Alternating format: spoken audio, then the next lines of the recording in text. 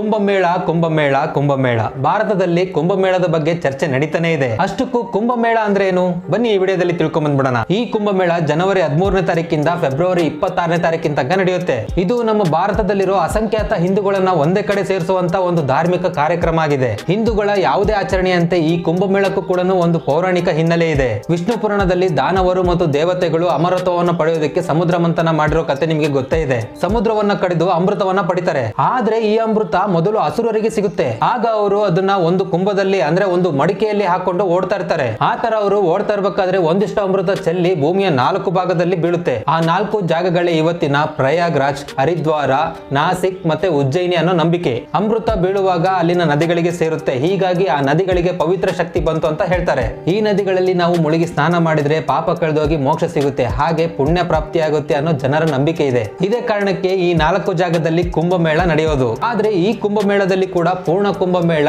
ಅರ್ಧ ಕುಂಭಮೇಳ, ಮಹಾ ಕುಂಭಮೇಳ ಅಂತ 3 ಪ್ರಕಾರಗಳಿವೆ. ಸಮುದ್ರ ಮಂಥನ 12 ದೈವಿ ದಿನ ಅಂದ್ರೆ ಮಾನವರ ಲೆಕ್ಕದಲ್ಲಿ 12 ವರ್ಷಗಳ ಕಾಲ ನಡೆದಿದ್ರಿಂದ ಈ ಪೂರ್ಣ ಕುಂಭಮೇಳ 12 ವರ್ಷಕ್ಕೊಂದ್ಸಲ ನಡೆಸ್ತಾರೆ. ಇನ್ನು 4ರಲ್ಲಿ ಯಾವ ಜಾಗದಲ್ಲಿ ಈ ಕುಂಭಮೇಳ ನಡಿಬೇಕು ಅಂತ ಭೂಮಿ, ಚಂದ್ರ ಹಾಗೆ ಗುರುಗ್ರಹಗಳ ಸ್ಥಾನಗಳ ಮೇಲೆ ನಿರ್ಧಾರ ಆಗುತ್ತೆ. ಅಂದ್ರೆ ಗುರುಗ್ರಹ 11 ವರ್ಷಕ್ಕೊಮ್ಮೆ ಸೂರ್ಯನ ಸುತ್ತು ಹಾಕೋದ್ರಿಂದ ಪ್ರತಿ 11-12 ವರ್ಷಕ್ಕೊಮ್ಮೆ ಆಯಾ ನಗರಗಳಲ್ಲಿ ಸರಿಯಾಗಿ ಈ ಕುಂಭಮೇಳ ಆಯೋಜನೆ ಆಗುತ್ತೆ.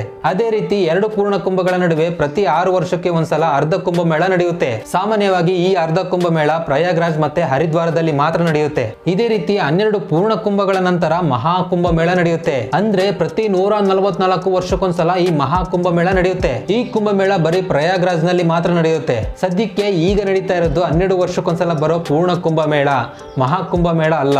ಈ ಮಹಾ ಕುಂಭಮೇಳ ಹಿಂದೆ 1977ರಲ್ಲಿ ಆಗಿದ್ದು, ನೆಕ್ಸ್ಟ್ 2121ರಲ್ಲಿ ಆಗೋದು. ಮತ್ತೆ ಉತ್ತರ ಪ್ರದೇಶದ ಮುಖ್ಯಮಂತ್ರಿ ಆದಿತ್ಯನಾಥ್ ಅವರು 2019ರಲ್ಲಿ ಸನಾತನ ಧರ್ಮದಲ್ಲಿ ಯಾವುದು ಅರ್ಧ ಇಲ್ಲ, ಹೀಗಾಗಿ ಅರ್ಧ ಕುಂಭಮೇಳನ ಕುಂಭಮೇಳ ಅಂತ ಕರಿತೀವಿ. ಮತ್ತೆ 12 ವರ್ಷಕ್ಕೊಂದ್ಸಲ ನಡೆಯೋ ಪೂರ್ಣ ಕುಂಭಮೇಳನ ಮಹಾ ಕುಂಭಮೇಳ ಅಂತ ಅನೌನ್ಸ್ ಮಾಡಿದ್ರು. ಹೀಗಾಗಿ ಈ ಕುಂಭಮೇಳನ ಮಹಾ ಕುಂಭಮೇಳ ಅಂತ ಕರೀತಾರೆ.